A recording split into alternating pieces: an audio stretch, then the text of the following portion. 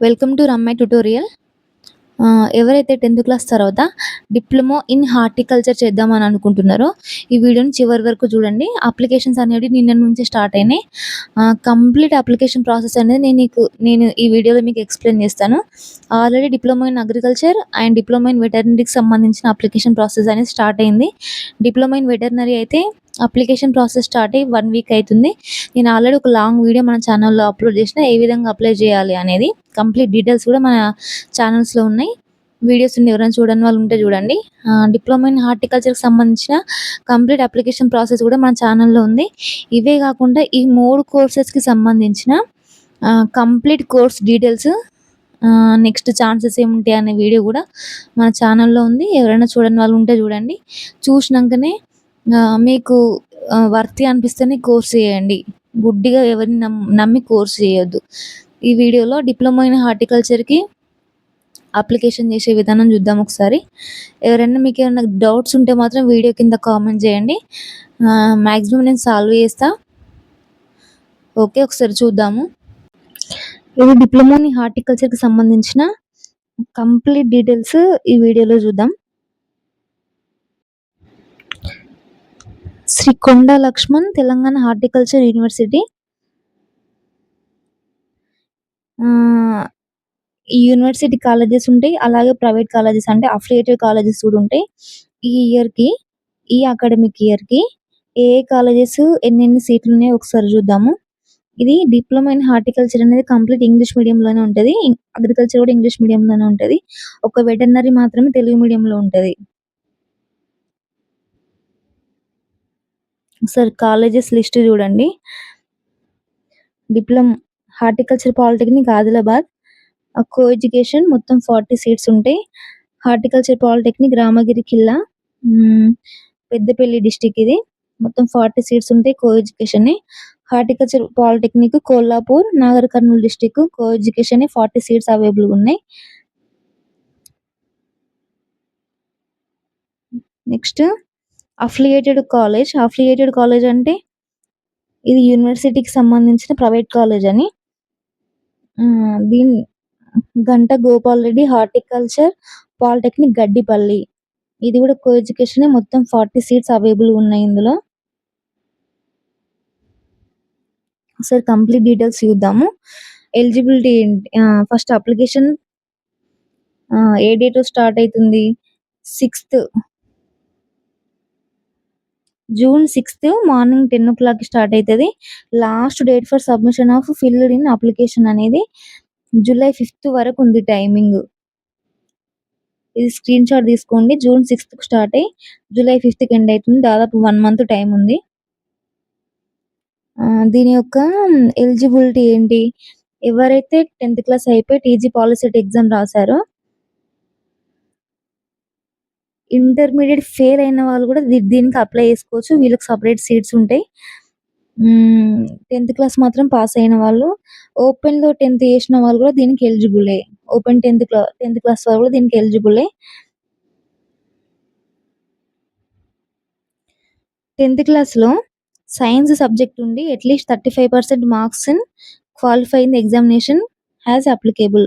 అంటే maximum 35% marks qualify అయ్యి ఉండి ఉన్న వాళ్ళు అప్లై చేసుకోవచ్చు.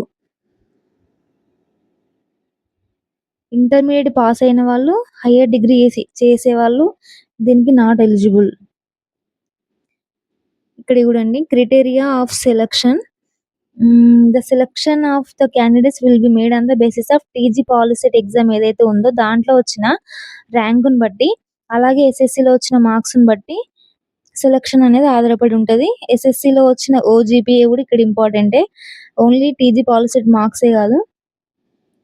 ఒకవేళ టై అయినప్పుడు, ఎవరైనా 2 స్టూడెంట్స్‌కి టై అయినప్పుడు, అప్పుడు వాళ్ళు ఫస్ట్ సైన్స్ సబ్జెక్ట్ 10థ్ క్లాస్‌లో సబ్జెక్ట్స్ ఉంటాయి కదా! సైన్స్ సబ్జెక్ట్ నుంచి తర్వాత maths, English, Telugu, social, Hindi ఈ విధంగా చూస్తారు. అంటే ఫస్ట్ సైన్స్‌నే తీసుకుంటారు. సైన్స్‌లో ఎక్కువ వచ్చిన వాళ్ళని మాత్రం ప్రిఫర్ చేస్తారు.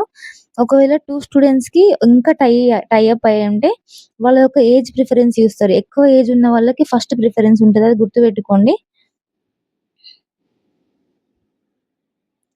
ఏజ్ అనేది 31/12/2026 వరకి 15-22 ఇయర్స్ మధ్యలో ఉన్న వాళ్ళు మాత్రమే ఎలిజిబుల్.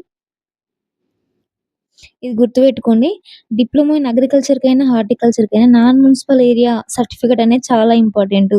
ఇది ప్రొవైడ్ చేస్తేనే ఆహ్, వాళ్ళు నాన్ మున్సిపల్ ఏరియా దాని కిందకొస్తారు.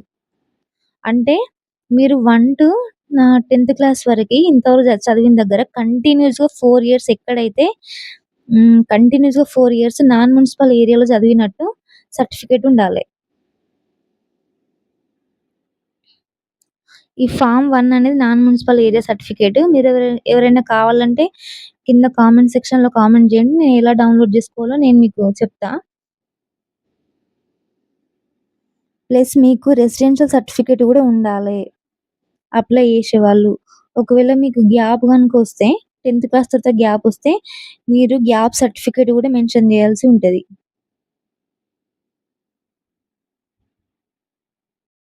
గ్యాప్ సర్టిఫికేట్ ఒకవేళ ఎవరైనా తీసుకునే వాళ్ళు ఉంటే ఒకసారి నాకు వీడియో కింద కామెంట్ చేయండి.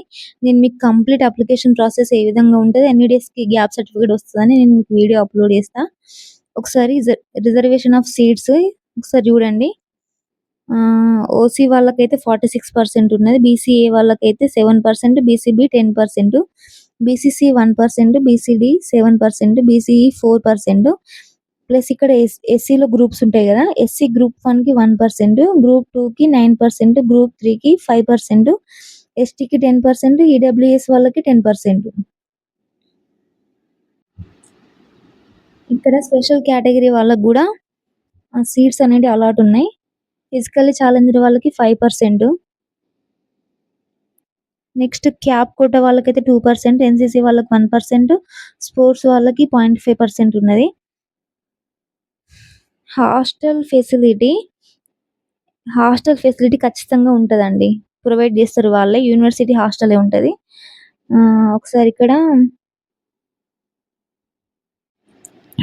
అప్లికేషన్ ఫీజు చూడండి. ఎస్సీ, ఎస్టీ, పీహెచ్ క్యాండిడేట్స్‌కైతే 600, మిగతా వాళ్ళకైతే 1100. ఇది డిమాండ్ డ్రాఫ్ట్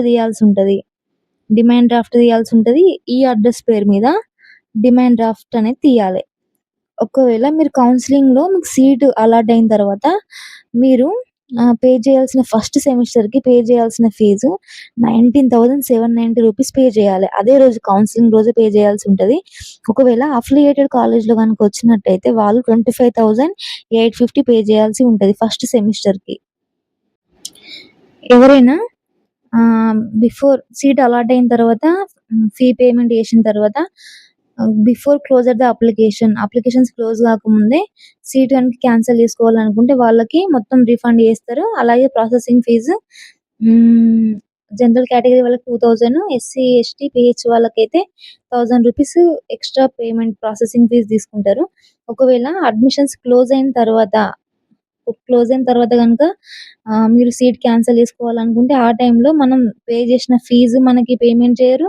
ఎక్స్‌ట్రాగా మళ్ళీ ప్రాసెసింగ్ ఫీజ్ కూడా కలెక్ట్ చేస్తారు. కౌన్సెలింగ్ టైంలో ఒరిజినల్ సర్టిఫికేట్స్ ఏవేవి సబ్మిట్ చేయాలో చూడండి.